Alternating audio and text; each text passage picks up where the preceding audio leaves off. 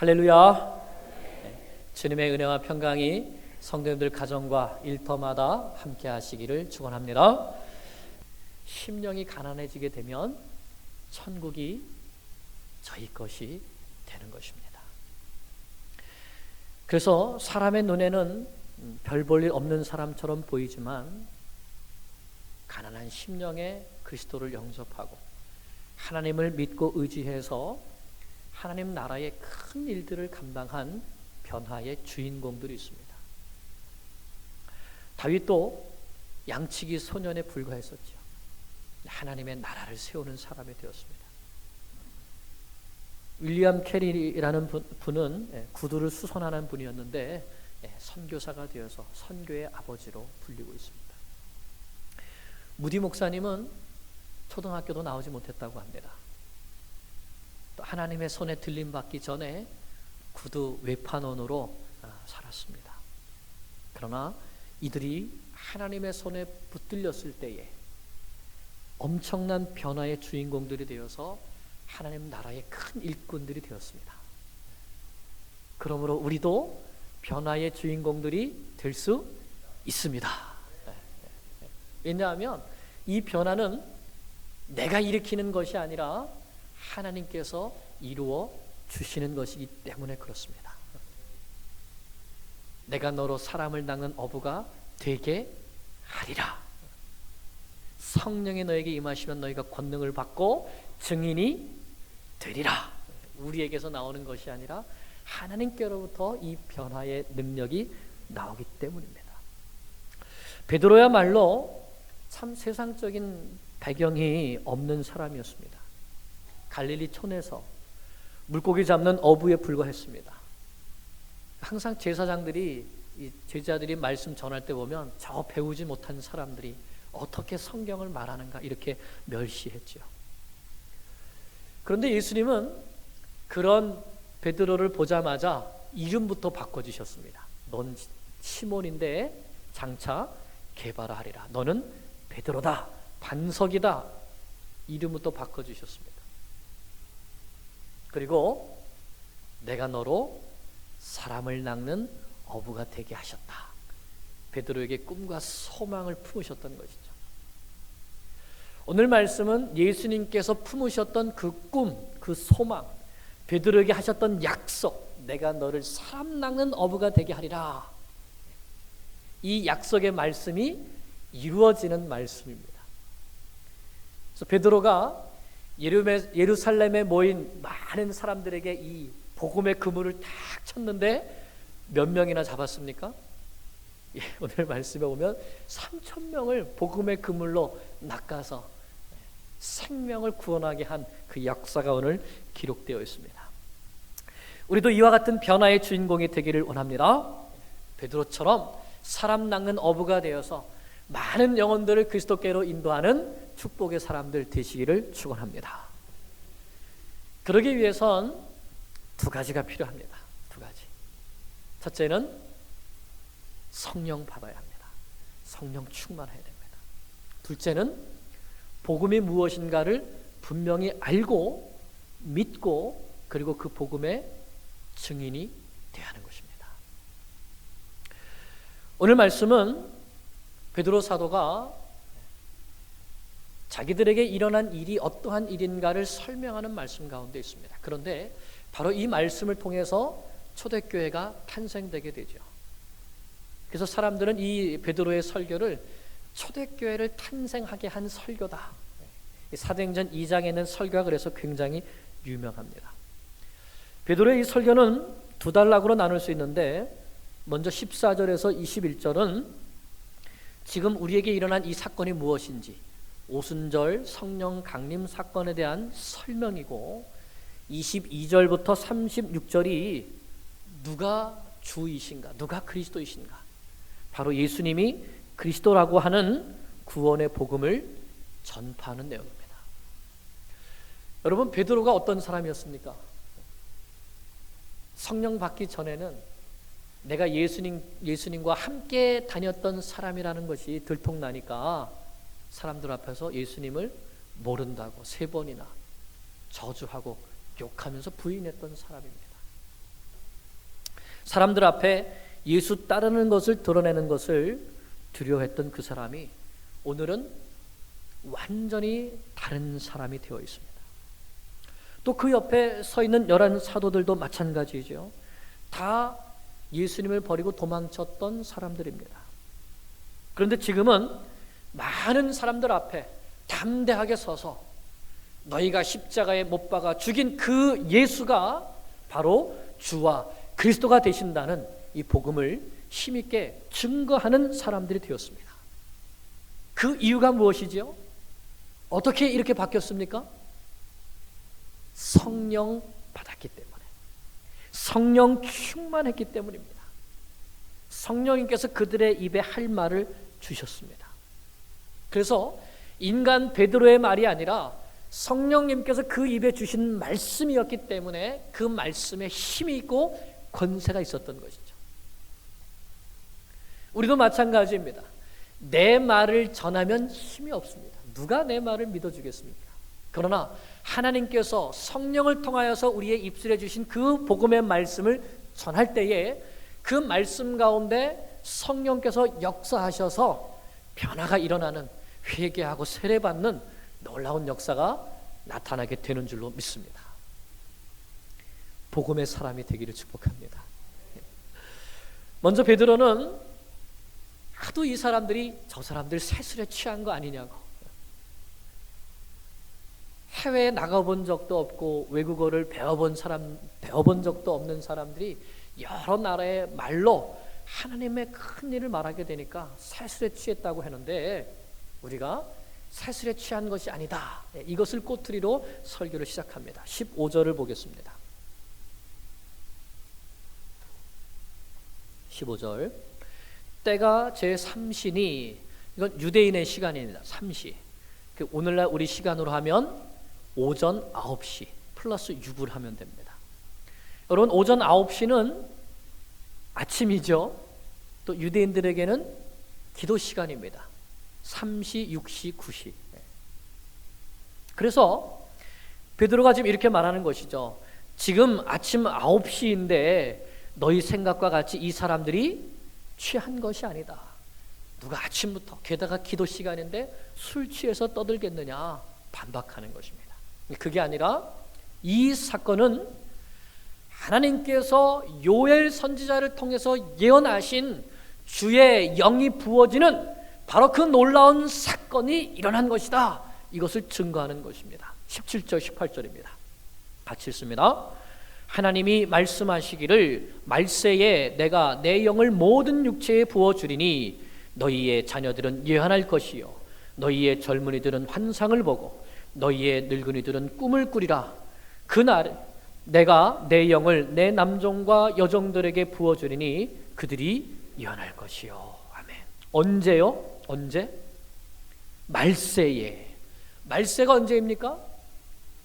마지막 날이죠. 마지막 날. 이 구약의 선지자들은 메시아가 오시는 때를 말세라고 선포했습니다. 메시아가 오시게 되면 심판주로 오시는 것을 선포했습니다. 그런데 유대인들은 예수님을 메시아로 영접했습니까? 안 했습니까? 영접하지 않고 예수님을 십자가에 못 박았습니다. 그런데 예수님을 십자가에 이렇게 못 박아 죽였기 때문에 그들에게는 메시아가 아직 오지 않으신 거고, 메시아가 오시지 않았으니까 말세입니까? 아닙니까? 아직 말세가 아니라고 생각하는 것이죠. 그런데 이 요엘 선지자를 통해서 말씀하신 것처럼 마지막 때에 하나님께서 하나님의 영을 모든 육체에게 부어주셔서 그들이 예언하고 환상을 보고 꿈을 꾼다.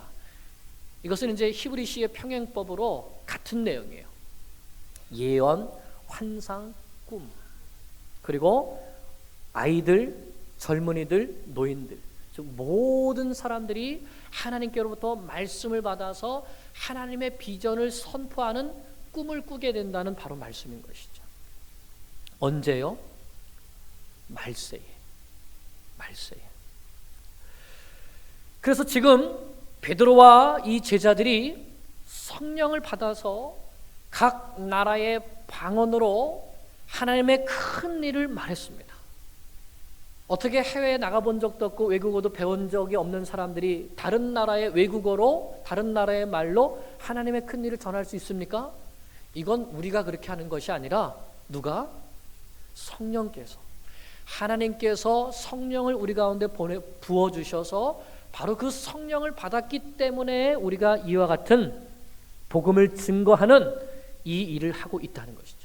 그러므로 하나님의 영이 부어졌습니까? 안 부어졌습니까? 하나님의 영이 부어졌습니다.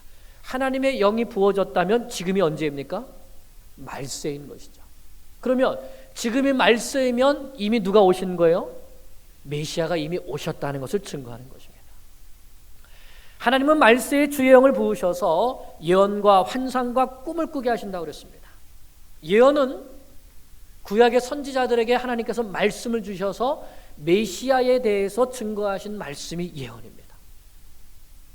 그 메시아가 누구이신가에 대한 것을 우리에게 가르쳐 주신다는 것이죠. 환상은 하나님께서 이 세상 가운데 품고 계신 비전을 말합니다. 하나님의 구원 계획. 그리고 꿈은 하나님의 나라를 이 땅 가운데 세우셔서 많은 영혼들을 구원하는 그 꿈을 말하고 있습니다. 한마디로 말하면 하나님께서 말세에 주의 영을 하나님의 종들에게 부어주셔서 메시아를 증거하게 하시고 하나님 나라의 비전을 선포하게 하시며 그 완성을 위해서 꿈꾸게 하신다는 그런 뜻입니다. 그리고 또 한 가지 말세의 징조가 20절에 있습니다. 해가 변하여 어두워지고 달이 변하여 피가 된다. 하늘과 땅의 기사와 징조가 나타나게 된다는 것이죠. 마태복음 24장에서도 예수님께서 친히 말세에 이와 같은 하늘의 징조가 있을 것을 말씀해 주셨습니다. 중요한 것은 이와 같은 증거를 통해서 베드로는 말세가 이미 시작되었다는 것을 증거하는 것입니다. 그날은 어떤 날인가? 주의 크고 영화로운 날, 곧 우리 주님께서 영광 중에 구름 타고 오셔서 천하 만국의 사람들을 모으시고 그들을 심판하시는 바로 그 최후의 날이 올 것입니다. 그러므로 모든 사람들은 그 최후의 날을, 심판을 준비해야 하는데 어떤 사람이 이 심판으로부터 구원을 받게 됩니까? 그게 21절입니다. 21절 같이 읽겠습니다. 누구든지 주의 이름을 부르는 자는 구원을 받으리라. 누가요? 누구든지. 구원의 복음은 세상 모든 사람에게 다 열려 있다는 것입니다. 마태복음 16장 15절에서 예수님께서 너희는 온 천하에 다니며 만민에게 복음을 전파하라 하셨습니다. 복음은 세상 만민에게 열려 있습니다. 그런데 그 구원의 조건은 단 한 가지. 누구의 이름을 부르는 것? 주의 이름을 부르는 것.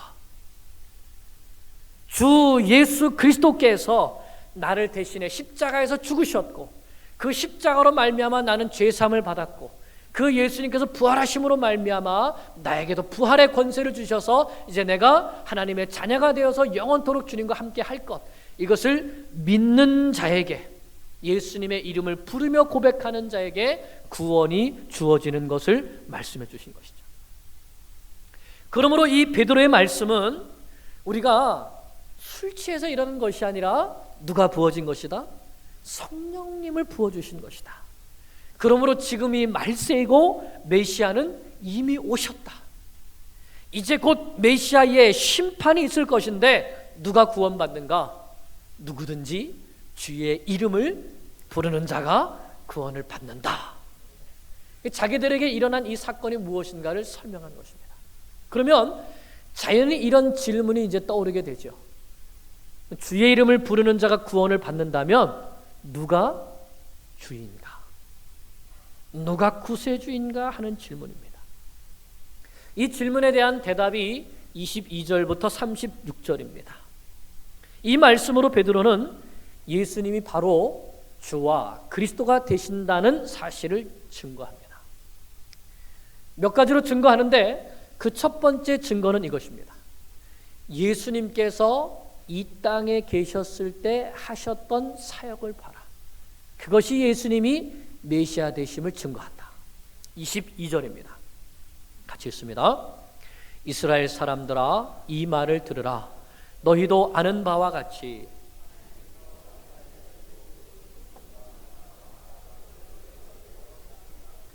너희 앞에서 그를 증언하셨느니라. 하나님이 예수님이 메시아이신 것을 친히 증언하셨는데 무엇을 통해서 증언하셨는가? 큰 권능과 기사와 표적을 다 너희들이 보는 앞에서 행하시지 않았느냐? 너희들이 보는 앞에서 병자들을 많이 고치고 귀신들도 쫓아내고 죽은 자도 살리지 아니하셨느냐? 이것은 그가 하나님의 아들이셨기 때문에 이와 같은 일을 하실 수 있었다는 것이죠. 그런데 너희는 어떻게 했느냐? 그 메시아이신 예수님을 배척하고 오히려 십자가에 못 박아 죽이지 않았느냐? 그런데 그것도 하나님의 뜻 가운데 있다는 겁니다. 23절.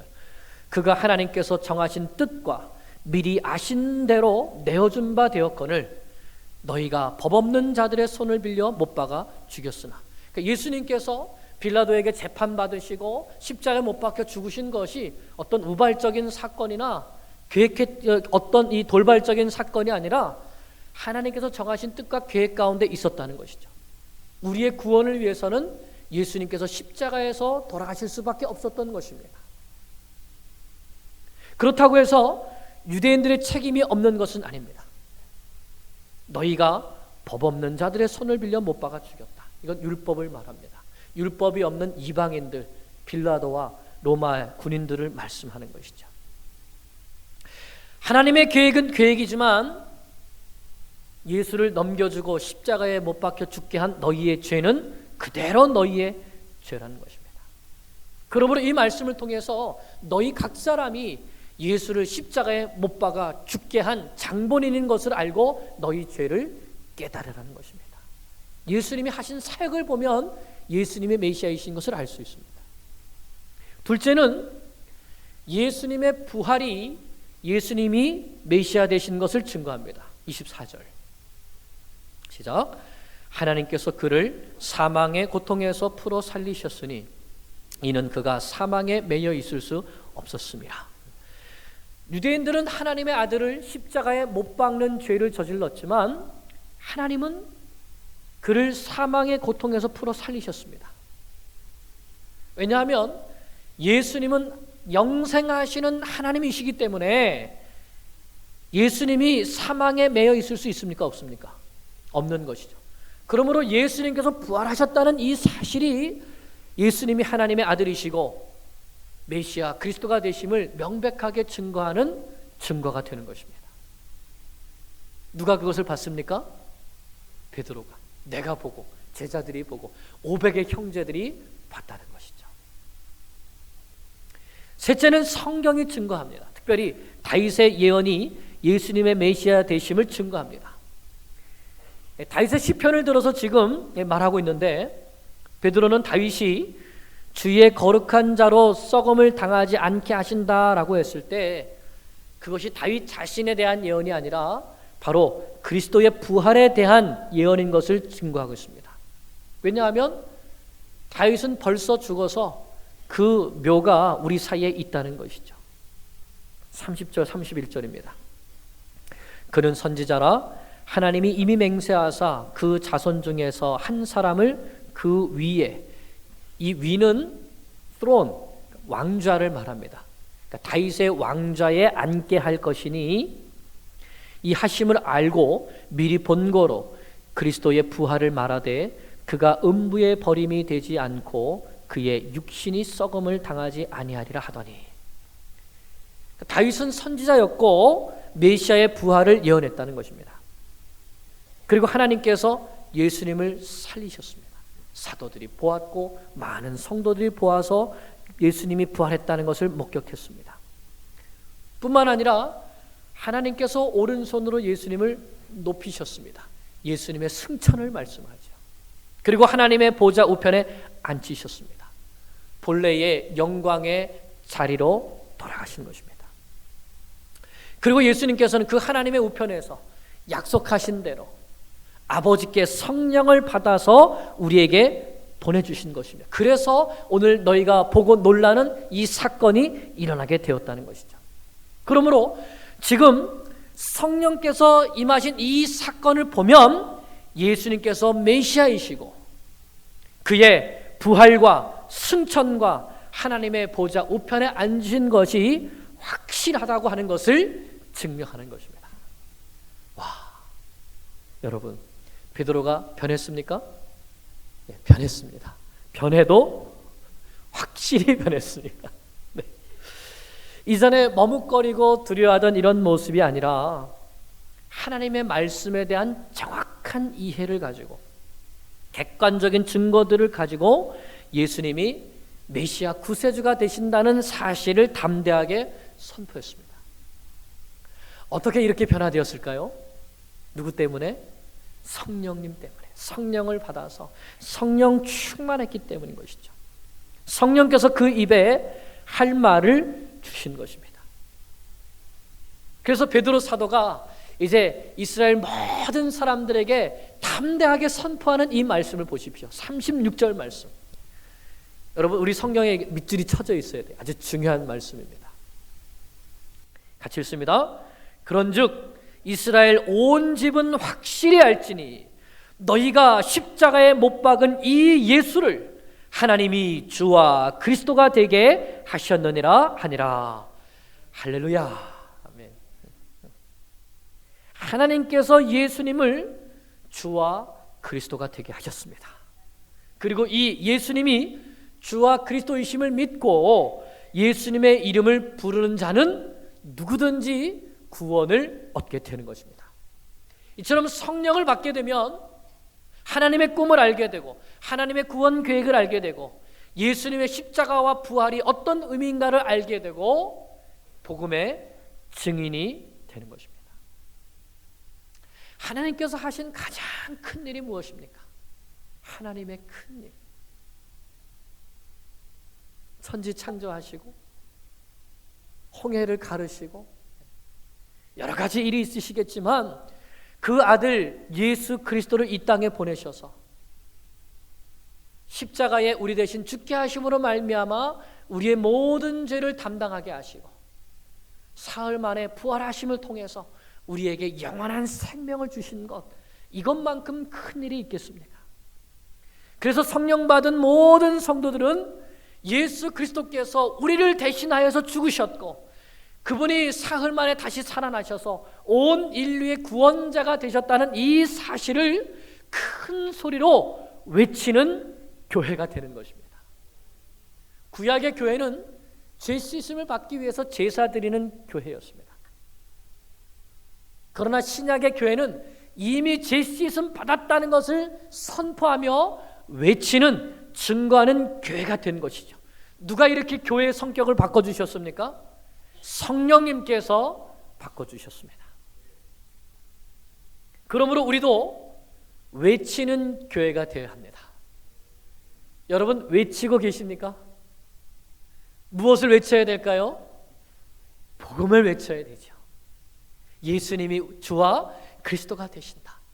하나님께서 십자가에 못 박히신 예수님을 다시 살리셔서 주와 그리스도가 되게 하셨다는, 예수님이 메시아 구세주가 되신다는 이 복음의 기쁜 소식을 우리는 전파해야 합니다. 성령 받은 교회는 외치는 교회입니다. 우리가 복음을 외치면 어떤 일이 일어나게 될까요? 이제 그 이후의 말씀이 바로 그것입니다. 베드로가 입을 열어서 성령께서 증거하게 하시는 이 복음의 메시지를 증거했을 때에 이 말씀을 받은 사람들의 모습이 어떠합니까? 37절입니다.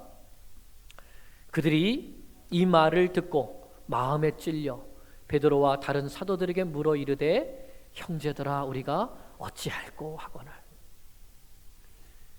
너희가 예수를 십자가에 못 박았다라고 했을 때에 그들은 무슨 터무니없는 소리를 하냐 이런 반응이 아니라 오히려 그 반대로 가슴을 치면서 마음이 찔려서 형제들아 우리가 어찌할꼬 하는 반응을 보인 것입니다. 마음이 찔렸다. 여기서 이 찔리다는 말이 참 재밌는 말인데 무슨 말인가 하면 때려 눕힘을 당했다 이런 뜻이에요. 마음이 때려 눕힘을 당했다. 날카롭게 찔러 빠졌다 이런 뜻입니다.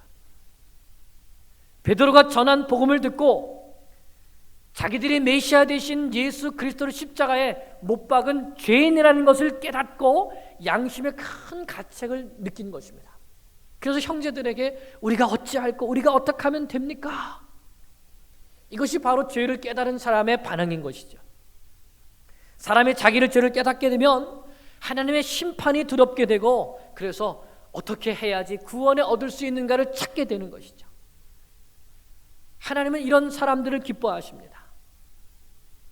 그러면 죄를 깨달은 사람에게 전해야 될 메시지가 무엇입니까? 그것은 바로 회개와 예수 그리스도의 이름으로 세례받아서 죄사함을 받고 이제는 성령의 사람이 될 것을 말해줘야 되는 것이죠. 38절입니다. 시작. 베드로가 이르되 너희가 회개하여 각각 그리하면 성령의 선물을 받으리니. 회개하라는 것입니다. 회개는 후회와 다릅니다. 내가 잘못했는데 이게 아니라 내가 죄인이라는 것을 깨닫고 죄의 길로부터 완전히 돌이켜서 하나님께로 나가는 것이 바로 회개인 것이죠. 하나님께로 방향을 전환하는 것입니다. 가룟 유다도 자기가 잘못한 것을 알았습니다. 그런데 방향을 전환했습니까? 안 했습니까? 안 했죠. 그래서 자살했습니다. 베드로는요, 자기의 잘못을 깨닫고 회개하고 돌이켜서 복음의 증인이 되었습니다. 우리는 후회하는 인생이 아니라 회개하는 인생이 되어야 합니다. 어떻게 그렇게 할 수 있습니까? 예수의 이름으로 세례를 받아야 합니다. 예수 그리스도의 이름으로 세례를 받는다는 것은 예수님과 연합하는 것입니다. 하나가 되는 것입니다. 세례를 받을 때 어떻게 하지요? 물속에 잠겼다가 다시 나오게 됩니다. 물에 잠기는 것은 무엇을 의미합니까? 죽는 거예요. 죄에 대하여서 죽는 것이죠. 누구와 함께? 예수 그리스도와 함께. 그런즉 내가 그리스도와 함께 십자가에 못 박혔나니. 예수님께서 나의 죄를 대신 지시고 십자가에 죽으셨기 때문에 그 예수님과 함께 십자가에 못 박힐 때에 우리는 죄값을 치르게 된 것입니다. 그리고 다시 물에서 나오게 되죠. 이것은 무엇입니까? 다시 살아나는 거예요. 새 사람이 되는 것이죠. 누구든지 그리스도 안에 있으면 새로운 피조물이라. 이전 것은 지나갔으니 보라 새 것이 되었도다. 새 사람이 되어서 이제는 하나님의 사람으로 성령의 사람으로 하나님을 기쁘시게 하는 이 일을 위하여서 복음의 증인으로서 살게 되는 것입니다. 무엇을 통해서? 세례를 통해서. 세례는 그리스도와 함께 죽는 것이고 그리스도와 함께 사는 것입니다.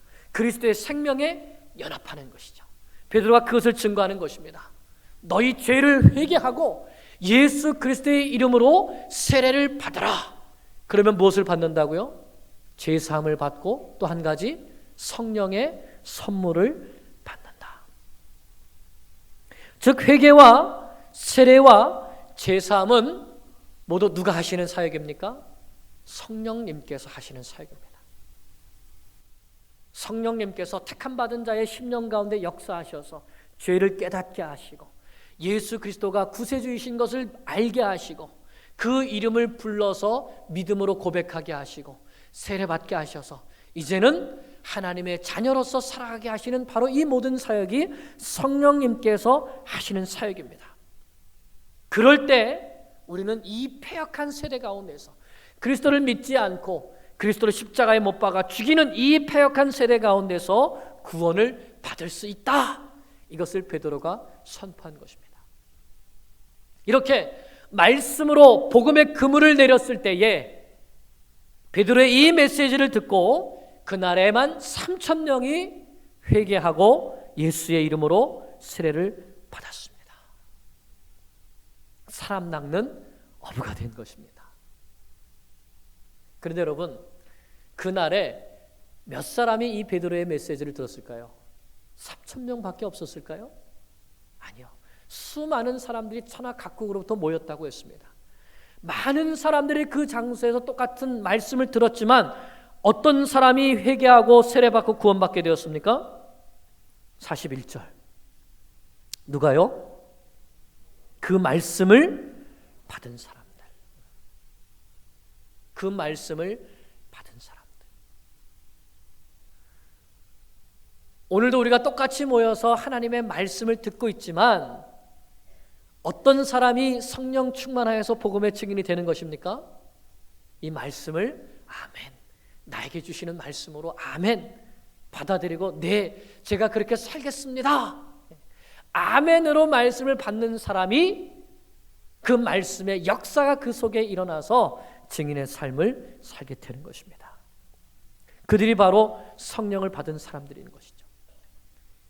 이처럼 성령님은 베드로를 통해서 역사하셔서 크고 놀라운 일을 이루셨습니다. 오늘도 성령님께서 역사하시면 이와 같은 일들이 얼마든지 일어날 수 있습니다. 오늘도 복음 전도의 현장에 곳곳에서 이와 같은 일들이 일어나고 있습니다. 담대히 예수 그리스도의 복음을 증거했을 때에 그들이 내가 죄인인 것을 깨닫고 예수를 구주로 입술로 고백하며 회개하고 세례받는 역사들이 나타나고 있습니다. 이렇게 하여서 초대교회가 탄생하게 되었습니다. 사랑하는 여러분, 부활 승천하신 예수님께서는 약속하신 대로 성령을 보내주셨습니다.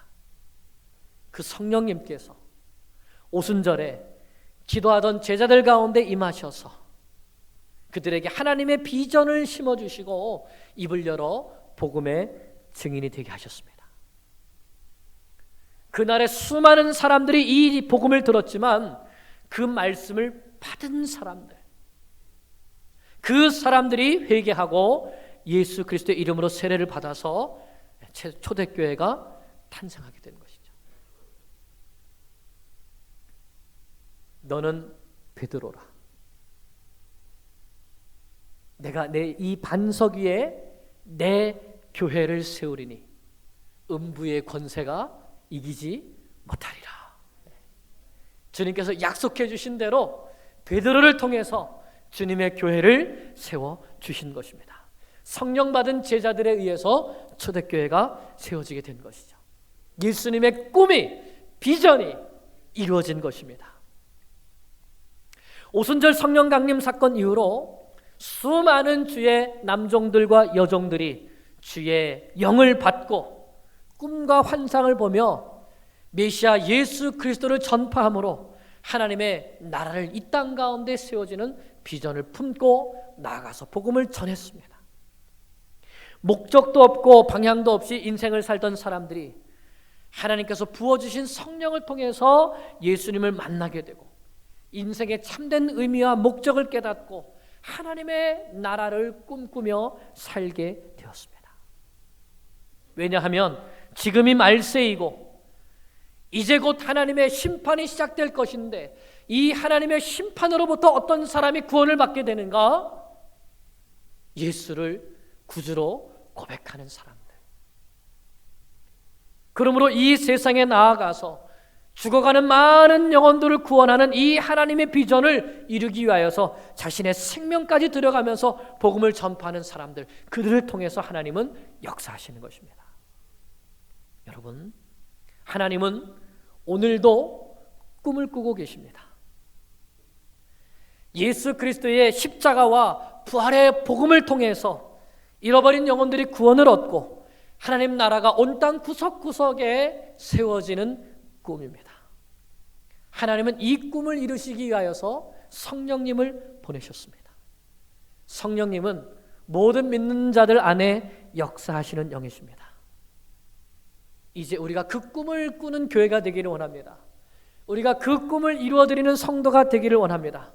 우리 모두가 성령 충만하여서 하나님의 비전을 나의 비전으로 삼고 베드로처럼 담대하게 예수 그리스도의 십자가의 부활의 증인이 되어서 사람 낚는 어부가 되어서 많은 영혼을 하나님께로 인도하는 복음의 증인이 되기를 간절히 축원합니다.